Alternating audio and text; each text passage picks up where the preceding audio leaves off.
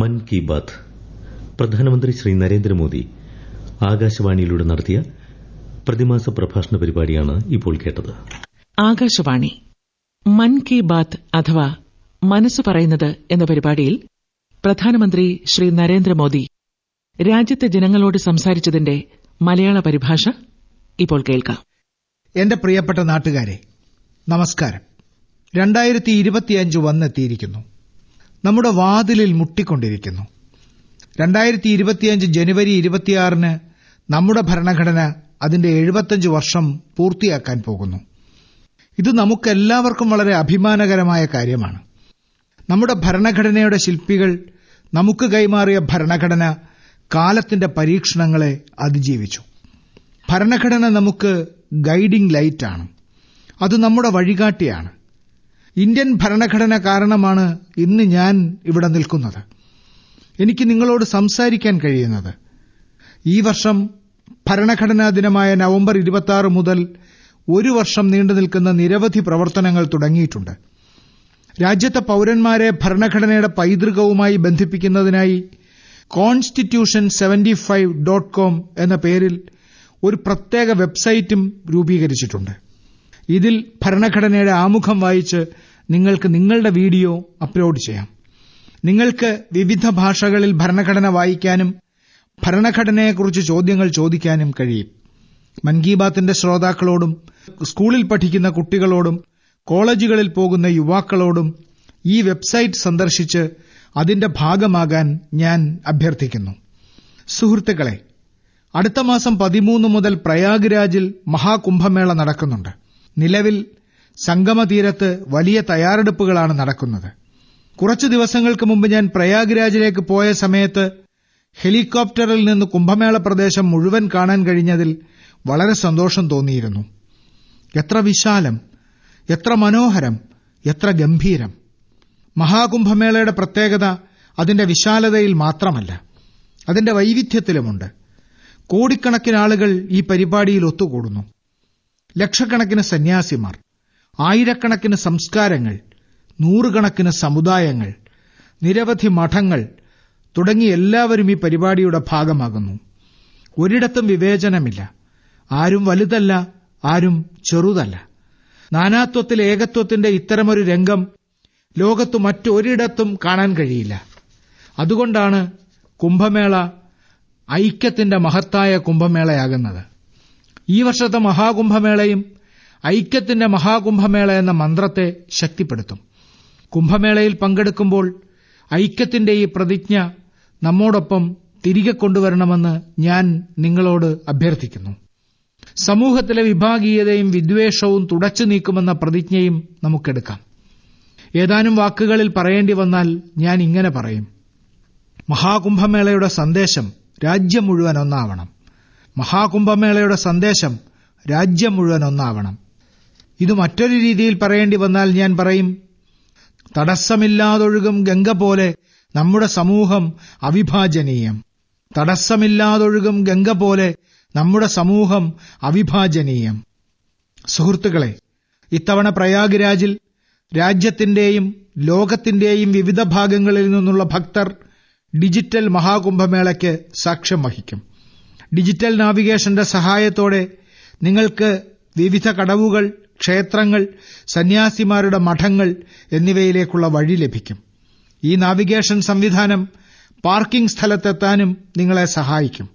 ഇതാദ്യമായിട്ടാണ് കുംഭമേളയിൽ AI chatbot ഉപയോഗിക്കുന്നത്. AI chatbot വഴി കുംഭമേളയുമായി ബന്ധപ്പെട്ട എല്ലാത്തരം വിവരങ്ങളും 11 ഭാരതീയ ഭാഷകളിൽ ലഭിക്കും. ഈ ചാറ്റ്ബോട്ട് ഉപയോഗിച്ച് ടെക്സ്റ്റ് ടൈപ്പ് ചെയ്യുന്നതിലൂടെയോ സംസാരിക്കുന്നതിലൂടെയോ ആർക്കും ഏതുതരത്തിലുള്ള സഹായവും ആവശ്യപ്പെടാം.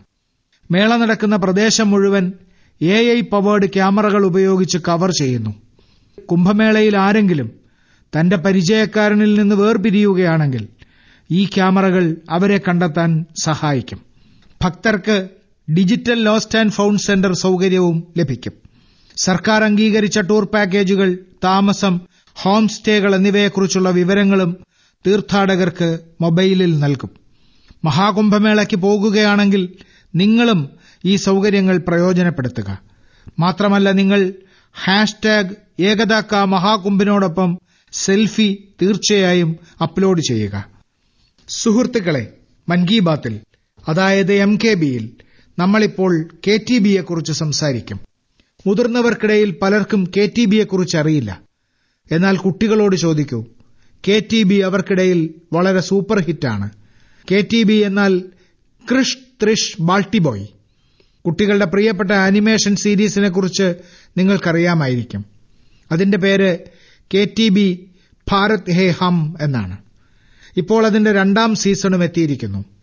അധികം ചർച്ച ചെയ്യപ്പെടാത്ത ഭാരത സ്വാതന്ത്ര്യ സമരത്തിലെ നായകന്മാരെയും നായികമാരെയും കുറിച്ച് ഈ 3 ആനിമേഷൻ കഥാപാത്രങ്ങൾ നമ്മോട് പറയുന്നു.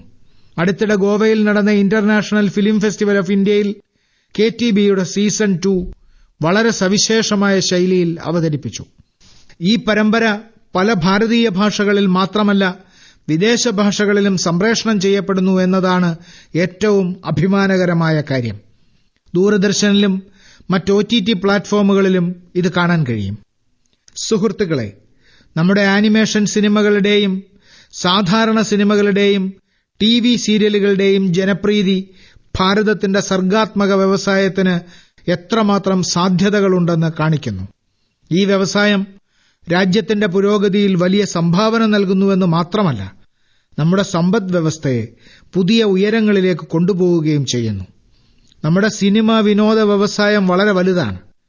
രാജ്യത്തെ പല ഭാഷകളിലും സിനിമകൾ നിർമ്മിക്കപ്പെടുകയും ക്രിയേറ്റീവ് കണ്ടന്റ് സൃഷ്ടിക്കപ്പെടുകയും ചെയ്യുന്നു.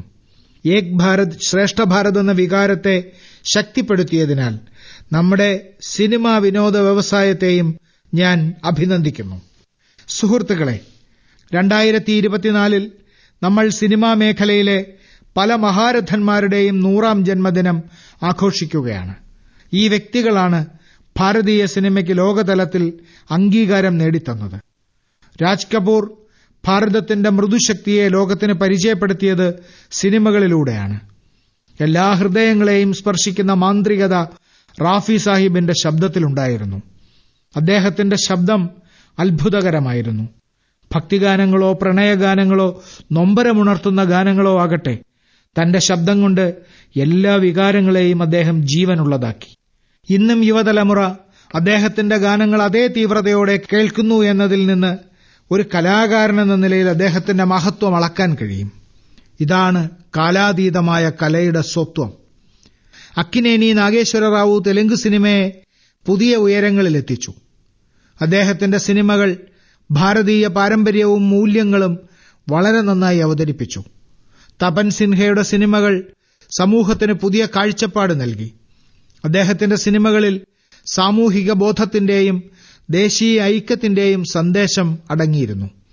ഈ സെലിബ്രിറ്റികളുടെ ജീവിതം നമ്മുടെ സിനിമാ വ്യവസായത്തിനാകെ പ്രചോദനമാണ്. സുഹൃത്തുക്കളെ, നിങ്ങൾക്ക് മറ്റൊരു സന്തോഷവാർത്ത നൽകാൻ ഞാൻ ആഗ്രഹിക്കുന്നു. ഭാരതത്തിന്റെ സർഗാത്മക കഴിവുകൾ ലോകത്തിനു മുന്നിൽ അവതരിപ്പിക്കാനുള്ള ഒരു വലിയ അവസരമാണ് വരുന്നത്. അടുത്ത വർഷം world audio visual entertainment summit, അതായത് വേവ്സ് ഉച്ചകോടി നമ്മുടെ രാജ്യത്ത് ആദ്യമായി സംഘടിപ്പിക്കാൻ പോകുന്നു. ലോകത്തെ വ്യവസായ പ്രമുഖർ ഒത്തുകൂടുന്ന ദാവോസിനെ കുറിച്ച് നിങ്ങൾ എല്ലാവരും കേട്ടിട്ടുണ്ടാകും. അതുപോലെ വേവ്സ് ഉച്ചകോടിയിൽ ലോകത്തെ മാധ്യമ വിനോദ വ്യവസായ രംഗത്തെ പ്രമുഖരും ക്രിയേറ്റീവ് ലോകത്തെ ആളുകളും ഭാരതത്തിലെത്തും.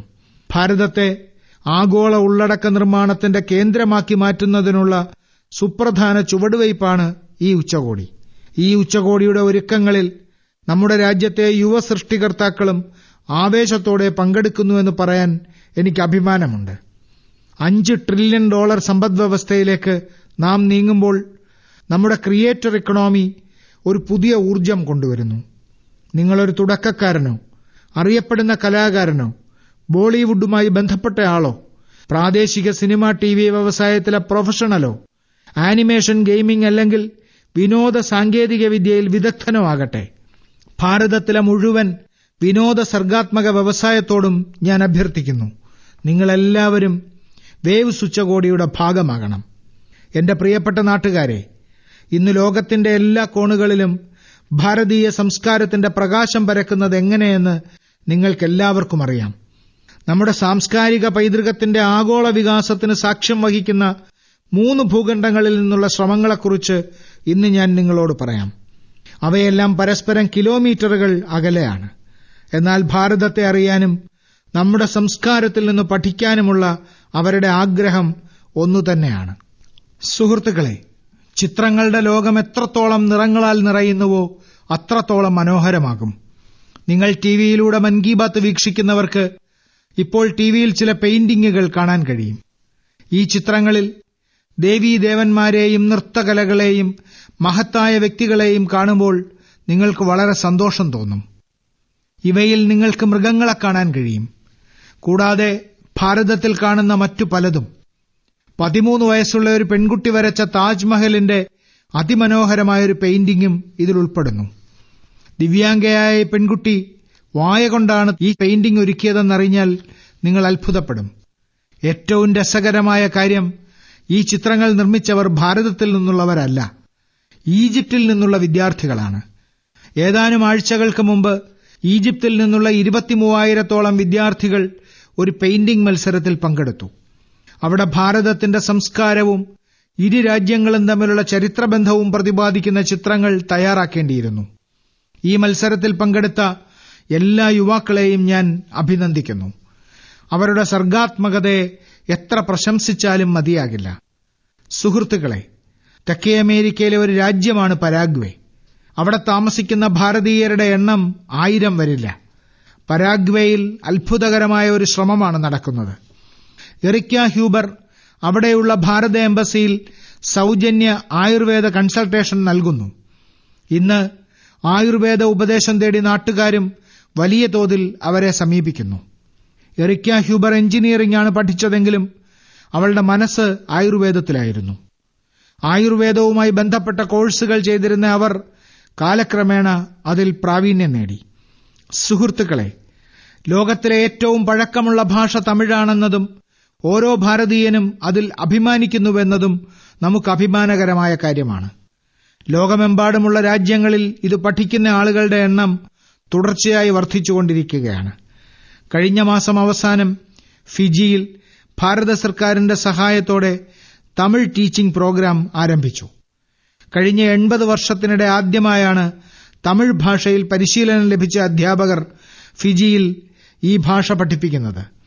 ഇന്ന് ഫിജിയൻ വിദ്യാർത്ഥികൾ തമിഴ് ഭാഷയും സംസ്കാരവും പഠിക്കാൻ വലിയ താൽപര്യം കാണിക്കുന്നുവെന്നറിഞ്ഞതിൽ എനിക്കേറെ സന്തോഷമുണ്ട്. സുഹൃത്തുക്കളെ, ഈ കാര്യങ്ങൾ, ഈ സംഭവങ്ങൾ വെറും വിജയഗാഥകൾ മാത്രമല്ല, നമ്മുടെ സാംസ്കാരിക പൈതൃകത്തിന്റെ കഥകൾ കൂടിയാണ്. ഈ ഉദാഹരണങ്ങൾ നമ്മിൽ അഭിമാനം നിറയ്ക്കുന്നു.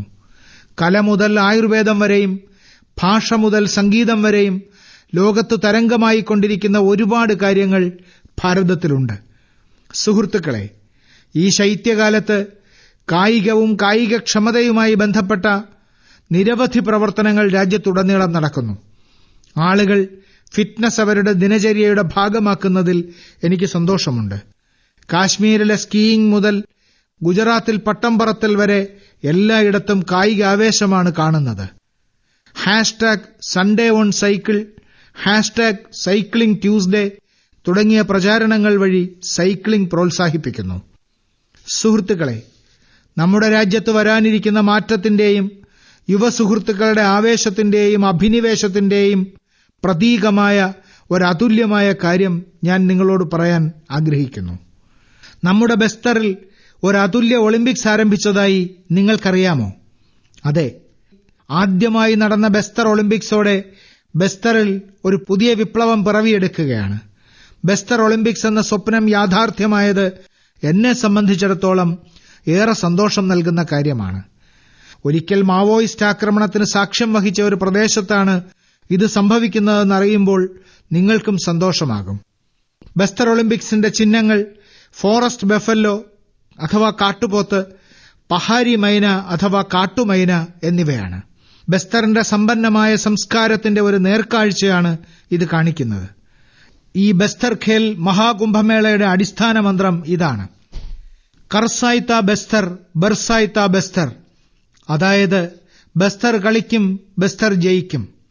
7 ജില്ലകളിൽ നിന്നായി 1,65,000 കളിക്കാർ ആദ്യമായി ബസ്തർ ഒളിമ്പിക്സിൽ പങ്കെടുത്തു. ഇത് വെറുമൊരു കണക്കല്ല, ഇത് നമ്മളുടെ യുവാക്കളുടെ നിശ്ചയദാർഢ്യത്തിന്റെ കഥയാണ്.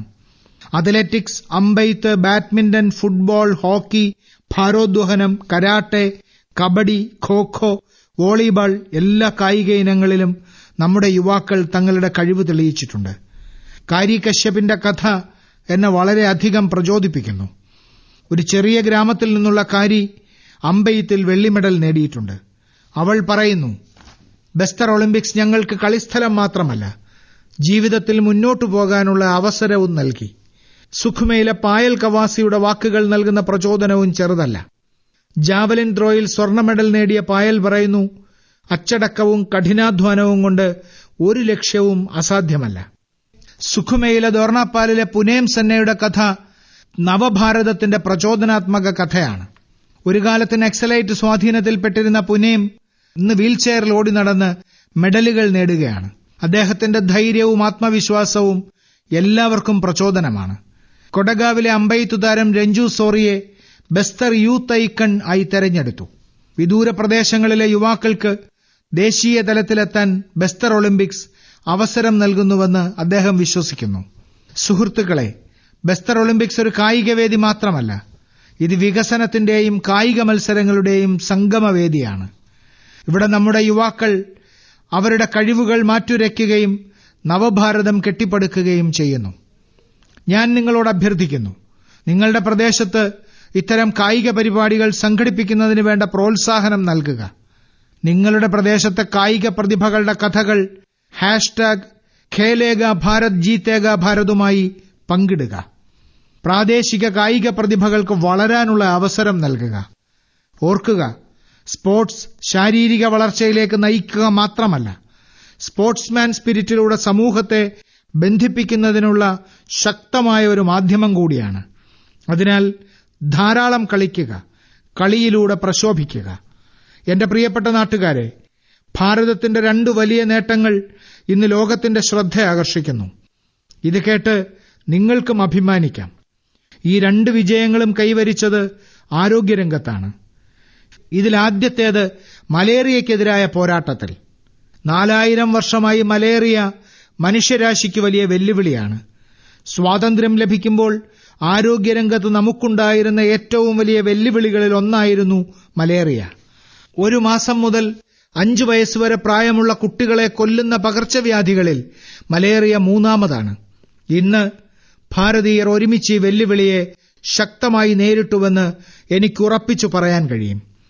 ലോകാരോഗ്യ സംഘടനയുടെ റിപ്പോർട്ട് പറയുന്നു, ഭാരതത്തിൽ 2015നും 2023നും ഇടയിൽ മലേറിയ കേസുകളുടെ എണ്ണത്തിലും തുടർന്നുണ്ടായ മരണത്തിലും 80% കുറവുണ്ടായി. ഇതൊരു ചെറിയ നേട്ടമല്ല. ജനപങ്കാളിത്തത്തോടെയാണ് ഈ ജയം നേടിയതെന്നതാണ് ഏറ്റവും സന്തോഷകരമായ കാര്യം. ഇത് ഒരു ചെറിയ നേട്ടമല്ല, ജനപങ്കാളിത്തത്തോടെയാണ് ഈ വിജയം നേടിയതെന്നതാണ് ഏറ്റവും സന്തോഷകരമായ കാര്യം. ഭാരതത്തിന്റെ ഓരോ കോണിൽ നിന്നും ഓരോ ജില്ലയിൽ നിന്നും എല്ലാ പേരും ഈ പ്രചരണത്തിന്റെ ഭാഗമായി. അസമിലെ ജോർഹട്ടിലെ തേയിലത്തോട്ടങ്ങളിലെ മലേറിയ 4 വർഷം മുമ്പ് വരെ ജനങ്ങളെ ആശങ്കയിലാക്കിയിരുന്നു. എന്നാൽ തേയിലത്തോട്ട നിവാസികൾ ഒറ്റക്കെട്ടായി ഇതിനെ തുടച്ചു നീക്കാൻ ശ്രമിച്ചപ്പോൾ വലിയ തോതിൽ വിജയം കണ്ടു. ഈ ശ്രമത്തിൽ അവർ സാങ്കേതിക വിദ്യയെയും സോഷ്യൽ മീഡിയയെയും പൂർണ്ണമായും ഉപയോഗിച്ചു. അതുപോലെ ഹരിയാനയിലെ കുരുക്ഷേത്ര ജില്ലയും മലേറിയ നിയന്ത്രിക്കുന്നതിന് വളരെ നല്ല മാതൃകയാണ് അവതരിപ്പിച്ചിരിക്കുന്നത്. ഇവിടെ മലേറിയ നിരീക്ഷണത്തിൽ പൊതുജന പങ്കാളിത്തം വളരെ വിജയകരമായിരുന്നു. തെരുവു നാടകങ്ങളിലൂടെയും റേഡിയോയിലൂടെയും സന്ദേശങ്ങൾ ഊന്നിപ്പറഞ്ഞത് കൊതുകുകളുടെ പ്രജനനം കുറയ്ക്കുന്നതിനുള്ള പ്രവർത്തനങ്ങൾക്ക് ഏറെ സഹായകമായി. രാജ്യത്തുടനീളമുള്ള ഇത്തരം ശ്രമങ്ങളിലൂടെയാണ് മലേറിയയ്ക്കെതിരായ പോരാട്ടം കൂടുതൽ വേഗത്തിൽ മുന്നോട്ട് കൊണ്ടുപോകാൻ നമുക്ക് കഴിഞ്ഞത്. സുഹൃത്തുക്കളെ, നമ്മുടെ അവബോധവും നിശ്ചയദാർഢ്യവും കൊണ്ട് നമുക്ക് എന്തും നേടാനാകുമെന്നതിന്റെ മറ്റൊരു ഉദാഹരണം ക്യാൻസറിനെതിരായ പോരാട്ടമാണ്. ലോകപ്രശസ്ത മെഡിക്കൽ ജേണലായ ലാൻസെറ്റിന്റെ പഠനം തീർച്ചയായും ഏറെ പ്രതീക്ഷ നൽകുന്നതാണ്. ഈ ജേണൽ പ്രകാരം ഭാരതത്തിൽ കൃത്യസമയത്ത് ക്യാൻസർ ചികിത്സ ആരംഭിക്കാനുള്ള സാധ്യത ഗണ്യമായി വർദ്ധിച്ചു. കൃത്യസമയത്ത് ചികിത്സയെന്നാൽ ക്യാൻസർ രോഗിയുടെ ചികിത്സ 30 ദിവസത്തിനുള്ളിൽ ആരംഭിക്കുന്നു എന്നതാണ്. ആയുഷ്മാൻ ഭാരത് യോജന ഇതിൽ വലിയ പങ്കുവഹിച്ചു. ഈ പദ്ധതി മൂലം 90% ക്യാൻസർ രോഗികൾക്കും കൃത്യസമയത്ത് ചികിത്സ ആരംഭിക്കാൻ കഴിഞ്ഞു. പണ്ട് പണമില്ലാത്തതിനാൽ പാവപ്പെട്ട രോഗികൾ ക്യാൻസർ പരിശോധനകളെയും ചികിത്സയെയും ഭയപ്പെട്ടിരുന്നു. എന്നാൽ ഇപ്പോൾ ആയുഷ്മാൻ ഭാരത് യോജന അവർക്ക് വലിയ പിന്തുണയായി മാറിയിരിക്കുന്നു. ഇപ്പോൾ അവർ ചികിത്സിക്കാൻ സ്വയം മുന്നിട്ടിറങ്ങുകയാണ്. ആയുഷ്മാൻ ഭാരത് യോജന ക്യാൻസർ ചികിത്സയിലെ സാമ്പത്തിക പ്രശ്നങ്ങൾ ഒരു പരിധിവരെ കുറച്ചു. ഇന്ന് ക്യാൻസർ ചികിത്സയെക്കുറിച്ച് മുമ്പെന്നത്തെക്കാളും ആളുകൾ കൂടുതൽ അവബോധമുള്ളവരായി മാറിയിരിക്കുന്നു എന്നതാണ് നല്ല കാര്യം. ഈ നേട്ടത്തിൽ നമ്മുടെ ആരോഗ്യ പരിപാലന സംവിധാനത്തിന്റെയും ഡോക്ടർമാരുടെയും നഴ്സുമാരുടെയും സാങ്കേതിക ജീവനക്കാരുടെയും എത്രമാത്രം പങ്കാളിത്തമുണ്ടോ അതുപോലെ എന്റെ സഹോദരീ സഹോദരന്മാരെ, നിങ്ങൾക്കും വലിയ പങ്കുണ്ട്. എല്ലാവരുടെയും ശ്രമങ്ങൾ ക്യാൻസറിനെ പരാജയപ്പെടുത്താനുള്ള ദൃഢനിശ്ചയത്തെ ശക്തിപ്പെടുത്തി. ഈ വിജയത്തിന്റെ ക്രെഡിറ്റ് ബോധവൽക്കരണം പ്രചരിപ്പിക്കുന്നതിൽ ഗണ്യമായ സംഭാവന നൽകിയ എല്ലാവർക്കും അവകാശപ്പെട്ടതാണ്. ക്യാൻസറിനെ പ്രതിരോധിക്കാൻ ഒരേ ഒരു മന്ത്രമേ ഉള്ളൂ: അവയർനെസ്, ആക്ഷൻ, അഷ്വറൻസ്. അവയർനെസ് എന്നാൽ ക്യാൻസറിനെയും അതിന്റെ ലക്ഷണങ്ങളെയും കുറിച്ച് ബോധവാനായിരിക്കുക. ആക്ഷൻ എന്നാൽ സമയബന്ധിതമായ രോഗനിർണയവും ചികിത്സയും. അഷ്വറൻസ് എന്നാൽ രോഗികൾക്ക് എല്ലാ സഹായവും ലഭ്യമാണെന്ന വിശ്വാസമാണ്. നമുക്ക് ഒരുമിച്ച് ക്യാൻസറിനെതിരായ ഈ പോരാട്ടം വേഗത്തിൽ മുന്നോട്ട് കൊണ്ടുപോകാം. കഴിയുന്നത്ര രോഗികളെ സഹായിക്കാം. എന്റെ പ്രിയപ്പെട്ട നാട്ടുകാരെ, ഇന്ന് ഞാൻ നിങ്ങളോട് പറയാൻ ആഗ്രഹിക്കുന്നത് ഒഡീഷയിലെ കാലാഹാണ്ടിയിൽ വെള്ളത്തിന്റെ ദൗർലഭ്യവും വിഭവ ദൗർലഭ്യവും ഉണ്ടായിരുന്നിട്ടും വിജയത്തിന്റെ പുതിയ കഥ എഴുതുന്ന ഒരു ശ്രമത്തെക്കുറിച്ചാണ്. ഇതാണ് കാലാഹാണ്ടിയുടെ പച്ചക്കറി വിപ്ലവം. ഒരു കാലത്ത് കർഷകർ നാടുവിടാൻ നിർബന്ധിതരായിരുന്നിടത്ത് ഇന്ന് കാലാഹാണ്ടിയിലെ ഗോലമുണ്ട ബ്ലോക്ക് ഒരു പച്ചക്കറി കേന്ദ്രമായി മാറിയിരിക്കുന്നു. എങ്ങനെയാണ് ഈ മാറ്റമുണ്ടായത്? വെറും 10 കർഷകരടങ്ങുന്ന ഒരു ചെറിയ സംഘത്തിലൂടെയായിരുന്നു തുടക്കം. ഇവർ സംഘം ചേർന്ന് ഒരു FPO സ്ഥാപിച്ചു, കർഷക ഉത്പാദക സംഘടന. കൃഷിയിൽ ആധുനിക സാങ്കേതികവിദ്യ ഉപയോഗിക്കാൻ തുടങ്ങി. ഇന്ന് ഇവരുടെ FPO കോടികളുടെ ബിസിനസ് ചെയ്യുന്നു. ഇന്ന് 45 സ്ത്രീ കർഷകർ ഉൾപ്പെടെ 200-ലധികം കർഷകർ ഈ FPOയുമായി ബന്ധപ്പെട്ടിരിക്കുന്നു. ഇവർ ചേർന്ന് 200 ഏക്കറിൽ തക്കാളിയും 150 ഏക്കറിൽ കൈപ്പക്കയും ഉൽപ്പാദിപ്പിക്കുന്നു. ഇപ്പോൾ ഈ FPOയുടെ വാർഷിക വിറ്റുവരവും 1.5 കോടിയിലേറെയായി ഉയർന്നു. ഇന്ന് കാലാഹാണ്ടിയിൽ നിന്നുള്ള പച്ചക്കറികൾ ഒഡീഷയിലെ വിവിധ ജില്ലകളിൽ മാത്രമല്ല മറ്റ് സംസ്ഥാനങ്ങളിലും എത്തുന്നു. അവിടെയുള്ള കർഷകർ ഇപ്പോൾ ഉരുളക്കിഴങ്ങ്, ഉള്ളി എന്നിവയുടെ പുതിയ കൃഷി സാങ്കേതിക വിദ്യകൾ പഠിക്കുന്നു. സുഹൃത്തുക്കളെ, നിശ്ചയദാർഢ്യവും കൂട്ടായ പ്രയത്നവും കൊണ്ട് നേടിയെടുക്കാൻ കഴിയാത്തതായി ഒന്നുമില്ല എന്ന് കാലാഹാണ്ടിയുടെ ഈ വിജയം നമ്മെ പഠിപ്പിക്കുന്നു. ഞാൻ നിങ്ങളോടെല്ലാവരോടും അഭ്യർത്ഥിക്കുന്നു, നിങ്ങളുടെ പ്രദേശത്ത് FPO പ്രോത്സാഹിപ്പിക്കുക. കർഷക ഉത്പാദക സംഘടനകളിൽ ചേരുകയും അവയെ ശക്തിപ്പെടുത്തുകയും ചെയ്യുക. ഓർക്കുക, ചെറിയ തുടക്കങ്ങളിൽ നിന്ന് പോലും വലിയ മാറ്റങ്ങൾ സാധ്യമാണ്. നമുക്ക് വേണ്ടത് നിശ്ചയദാർഢ്യവും ഐക്യബോധവുമാണ്. സുഹൃത്തുക്കളെ, ഇന്നത്തെ മൻ കി ബാത്തിൽ നമ്മുടെ ഭാരതം നാനാത്വത്തിൽ ഏകത്വത്തോടെ എങ്ങനെ മുന്നേറുന്നുവെന്ന് കേട്ടു. അത് കായിക മേഖലയായാലും ശാസ്ത്രം, ആരോഗ്യം, വിദ്യാഭ്യാസം തുടങ്ങിയ മേഖലകളായാലും ഭാരതം എല്ലാ മേഖലകളിലും പുതിയ ഉയരങ്ങൾ തൊടുകയാണ്. ഒരു കുടുംബമെന്ന നിലയിൽ നമ്മൾ എല്ലാ വെല്ലുവിളികളെയും അഭിമുഖീകരിക്കുകയും പുതിയ വിജയങ്ങൾ നേടുകയും ചെയ്തു. 2014 ആരംഭിച്ച മൻ കി ബാത്ത് രാജ്യത്തിന്റെ കൂട്ടായ ശക്തിയുടെ ജീവനുള്ള രേഖയായി മാറിയതായി 116 അധ്യായങ്ങളിലൂടെ ഞാൻ കണ്ടു. നിങ്ങളെല്ലാവരും ഈ പരിപാടി നെഞ്ചിലേറ്റി, നിങ്ങളുടേതാക്കി. എല്ലാ മാസവും നിങ്ങൾ നിങ്ങളുടെ ആശയങ്ങളും പരിശ്രമങ്ങളും പങ്കിട്ടു. ചിലപ്പോഴൊക്കെ ഒരു യങ് ഇന്നവേറ്ററുടെ ആശയം ആകർഷിച്ചു, ചിലപ്പോൾ മകളുടെ നേട്ടത്തിൽ അഭിമാനിച്ചു. നിങ്ങളുടെ എല്ലാവരുടെയും പങ്കാളിത്തമാണ് രാജ്യത്തിന്റെ എല്ലാ കോണുകളിൽ നിന്നും പോസിറ്റീവ് എനർജി ഒരുമിച്ച് കൊണ്ടുവരുന്നത്. ഈ പോസിറ്റീവ് എനർജി വർദ്ധിപ്പിക്കുന്നതിനുള്ള ഒരു വേദിയായി മൻ കി ബാത്ത് മാറി. ഇപ്പോൾ 2025 വാതിലിൽ മുട്ടുകയാണ്. വരും വർഷത്തിൽ മൻ കി ബാത്തിലൂടെ കൂടുതൽ പ്രചോദനാത്മകമായ ശ്രമങ്ങൾ നമുക്ക് പങ്കിടാം. രാജ്യത്തെ ജനങ്ങളുടെ പോസിറ്റീവ് ചിന്തയും ഇന്നൊവേഷൻ മനോഭാവവും കൊണ്ട് ഭാരതം പുതിയ ഉയരങ്ങൾ തൊടുമെന്നെനിക്ക് ഉറപ്പുണ്ട്. നിങ്ങൾക്ക് ചുറ്റുമുള്ള അതുല്യമായ ശ്രമങ്ങൾ മൻ കി ബാത്തുമായി പങ്കിടുന്നത് തുടരുക. അടുത്ത വർഷത്തെ എല്ലാ മൻ കി ബാത്തിലും നമുക്ക് പരസ്പരം പങ്കുവയ്ക്കാൻ ഒരുപാട് കാര്യങ്ങളുണ്ടാകുമെന്ന് എനിക്കറിയാം. നിങ്ങൾക്കെല്ലാവർക്കും 2025ന്റെ 1000 ശുഭാശംസകൾ. ആരോഗ്യവാന്മാരായിരിക്കുക, സന്തോഷവാന്മാരായിരിക്കുക, ഫിറ്റ് ഇന്ത്യ മൂവ്മെന്റിൽ പങ്കാളികളാവുക, സ്വയം ആരോഗ്യം ശ്രദ്ധിക്കുക, ജീവിതത്തിൽ മുന്നേറുക. വളരെ നന്ദി. മൻ കി ബാത്ത് അഥവാ മനസ്സ് പറയുന്നത് എന്ന പരിപാടിയിൽ പ്രധാനമന്ത്രി ശ്രീ നരേന്ദ്രമോദി രാജ്യത്തെ ജനങ്ങളോട് സംസാരിച്ചതിന്റെ മലയാള പരിഭാഷയാണ് ഇതുവരെ കേട്ടത്.